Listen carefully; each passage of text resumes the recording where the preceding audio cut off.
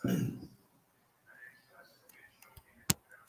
morning, good afternoon, good evening. This is Alan Burgos from the hashtag Walk with Lan channel. Welcome and welcome back to our channel.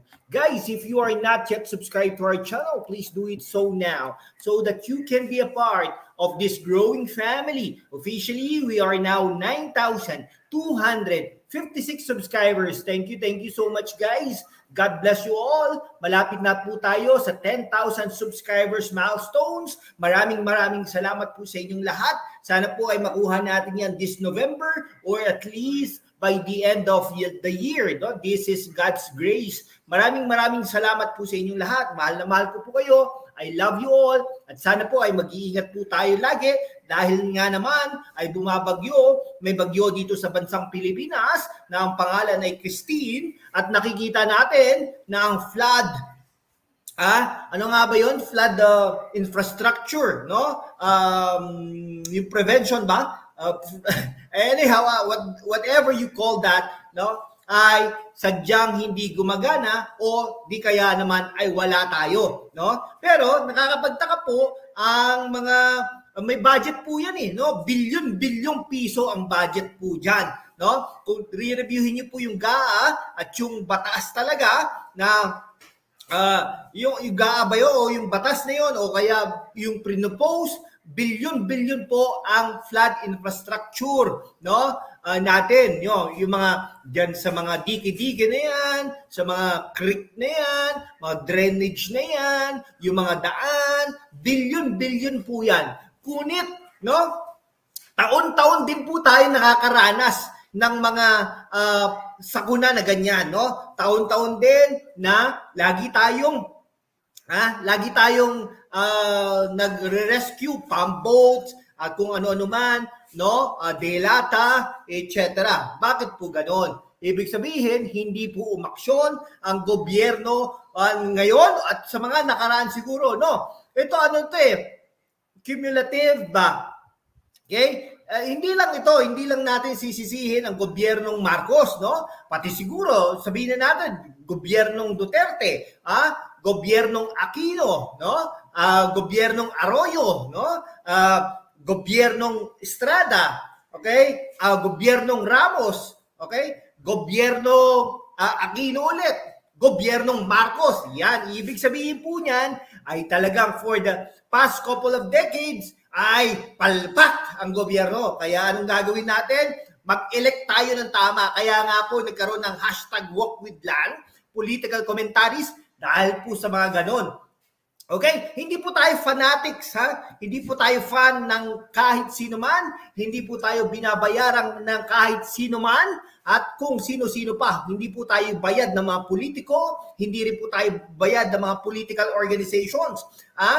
Tinatama lang po natin. Hindi lang po, okay, hindi porket graduate ng Ateneo, hindi porket graduate ng masters ng Ateneo, hindi porket anak ng komedyante, artista, ay siya na ang iboboto natin, no? Hindi po. Kung ano po yung mga nagawa niya, ano yung mga sinasabi niya, nag-aano ba yun?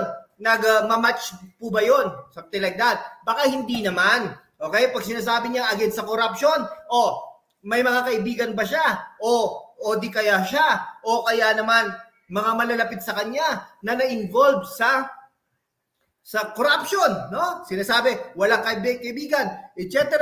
O nakapag-appoint ba siya ng kaibigan? Di ba? Nasaan na yung mga programa ng edukasyon, no? Ang perfect example diyan, yung pamantasan ba ay napasama sa magandang universidad o kaya koleyo, no? Sa Metro Manila o kaya din naman sa ibang bansa o kaya dito sa buong bansa? Wala. Okay, pag-usapan po natin ngayon ay nasyonal. Okay, ito ang titulo natin sa ating programa ngayon ay VP Sara, laban halos sa lahat. No? Kung mapapansin natin, buong tapang na hinaharap ni VP Sara ang lahat na ito, ang mga challenges na ito. No? Ito, nakaka-stress po ito dahil laban halos lahat sa kanya. No? Except for yung mga loyal talaga sa Pangulong Duterte ay loyal din sa kanya. Okay, pero yung iba po, wala talaga. Pero ganda rin yung speech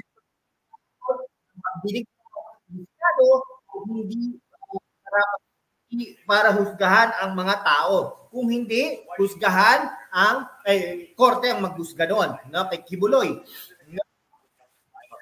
Parang ganun po, no? Tapos, itong problema, no? Ayan nga, no? Halos laban halos sa lahat, no? Sino-sino ba yung mga yon? No? Yung mga congressman. Okay. Yung mga congressmen and women na ng mga ano natin, no? Katulad nila, sino ba bang mga to?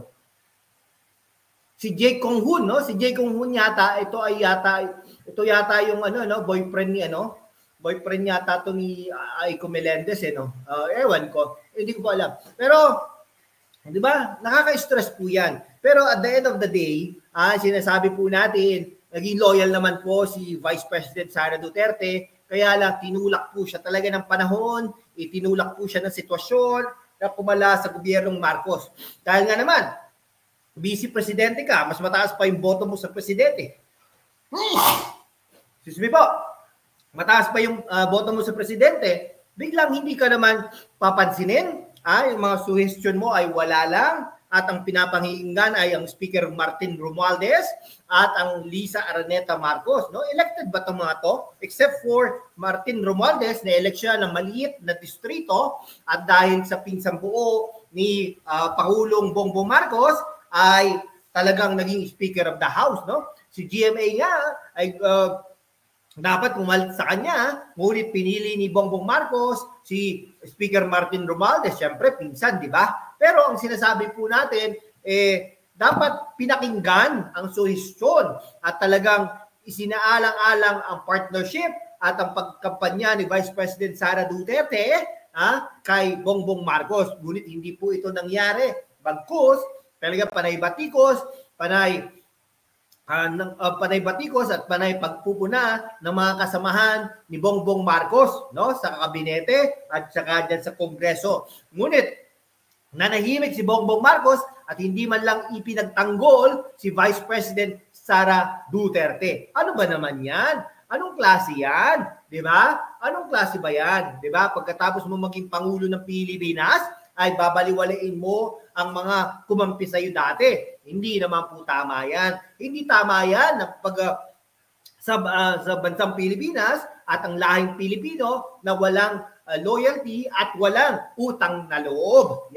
Yan po sinasabi natin. Ako po, Ilocano po ako, pero sinasabi natin, dapat natin i-elect si Vice President Sara Duterte pagdating ng 2028. Kung sakaling tatakbo ito, ay dahil iuunlad na ang Pilipinas, dahil nga naman, alam na niya at itutuloy niya ang programa ng hindi po Marcos kasi halos wala namang programa ang Marcos, kundi tutuloy niya ang mga nasimulan ng kanyang ama na si dating Pangulong Rodrigo Roa Duterte. Sige po, hanggang dito na lang po mga kaibigan ko. Maraming salamat po sa inyo at mabuhay po kayo.